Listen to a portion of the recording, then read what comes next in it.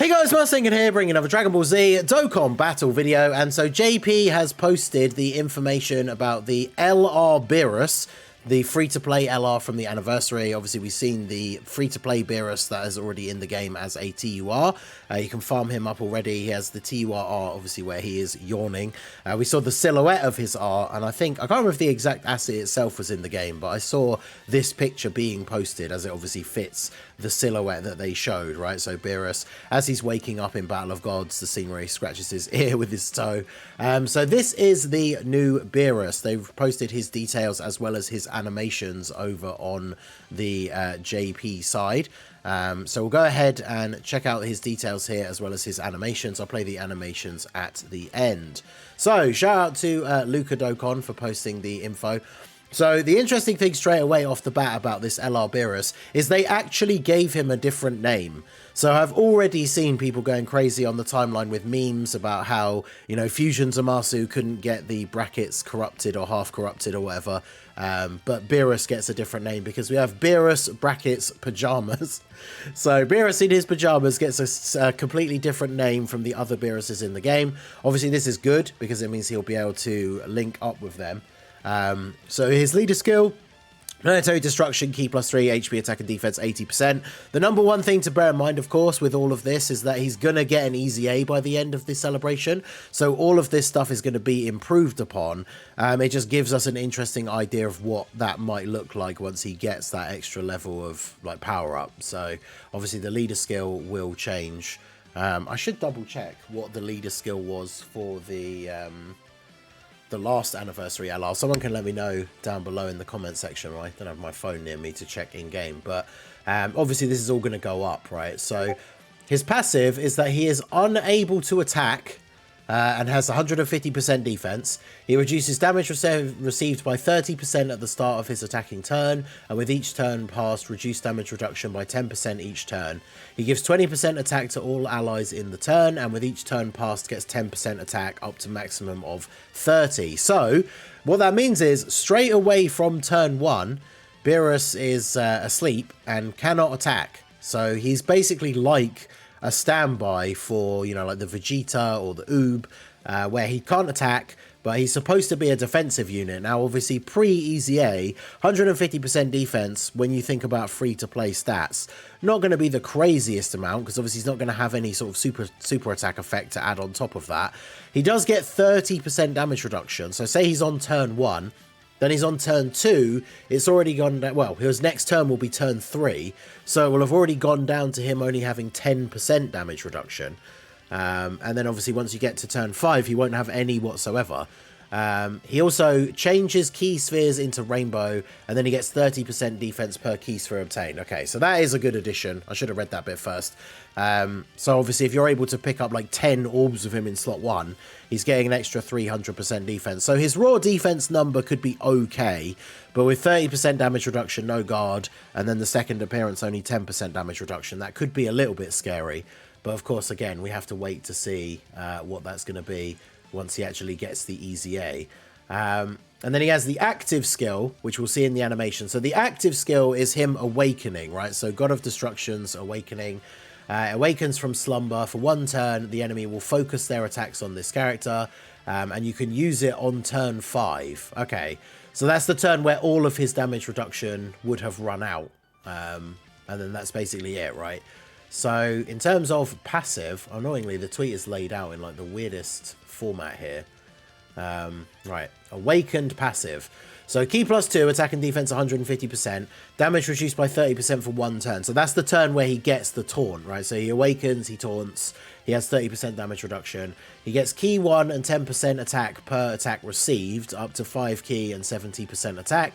He gets an additional 7% attack and defense when 3 or more key spheres are obtained. Is that really only 7?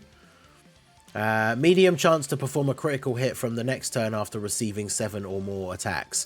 So it's only a 1 or... Oh, yes, that's really weird. So he gets hit 7 times. Then on the next turn, he has a medium chance to crit, which is 30%. So hopefully that goes up to at least high and potentially reduces the number of attacks. His passive seems very bare bones. I don't know, is there a number missing from here? 7% attack and defense when 3 or more key spheres are obtained. Does it mean 7% per key sphere when 3 or more are obtained? Or is it just like, is it supposed to be 70% when 3 or more key spheres are obtained? Like, again, it's not super important, because I imagine most people aren't going to use him until he actually does get the easy A, but that's still an interesting one. And then his super attacks, the 12 key is raise attack for 1 turn, colossal damage, and seals. And the 18 key is greatly raise attack and defense for 1 turn, mega colossal damage, and greatly lowers their attack. So at least he has a good attack, super attack effect on the 18 key super. Would be nice if the 12 key raised defense as well. But yeah, obviously seems, to be honest, interesting kind of design idea, but obviously currently very mid. But that is because he doesn't have his easy A yet, so kind of understandable, I guess, that he's not going to be particularly crazy until he actually gets that. I love that my target list random like ad that it's giving me on Twitter is for hair loss, whereas you guys have seen what I look like, right? I don't need that. Yeah, so interesting. He has potential for sure, but as he is at the time, very strange. So he literally comes into the battle, can't do anything for the first 2 appearances. Then on his 3rd appearance, he awakens, taunts the enemy, has some damage reduction.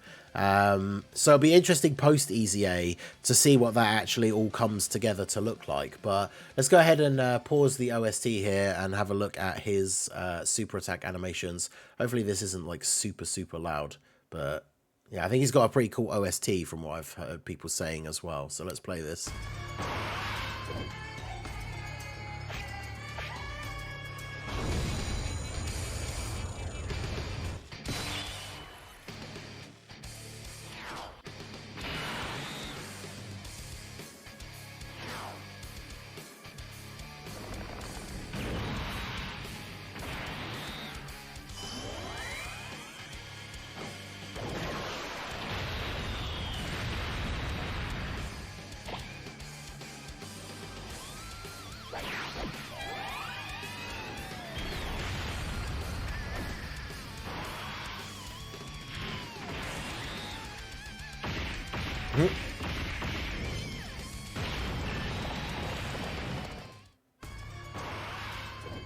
Okay, so the 18 key super is him just giving Goku the hands. Like, it's pretty funny. So yeah, the animations are decent. Let me put we'll put the music back on in the background here.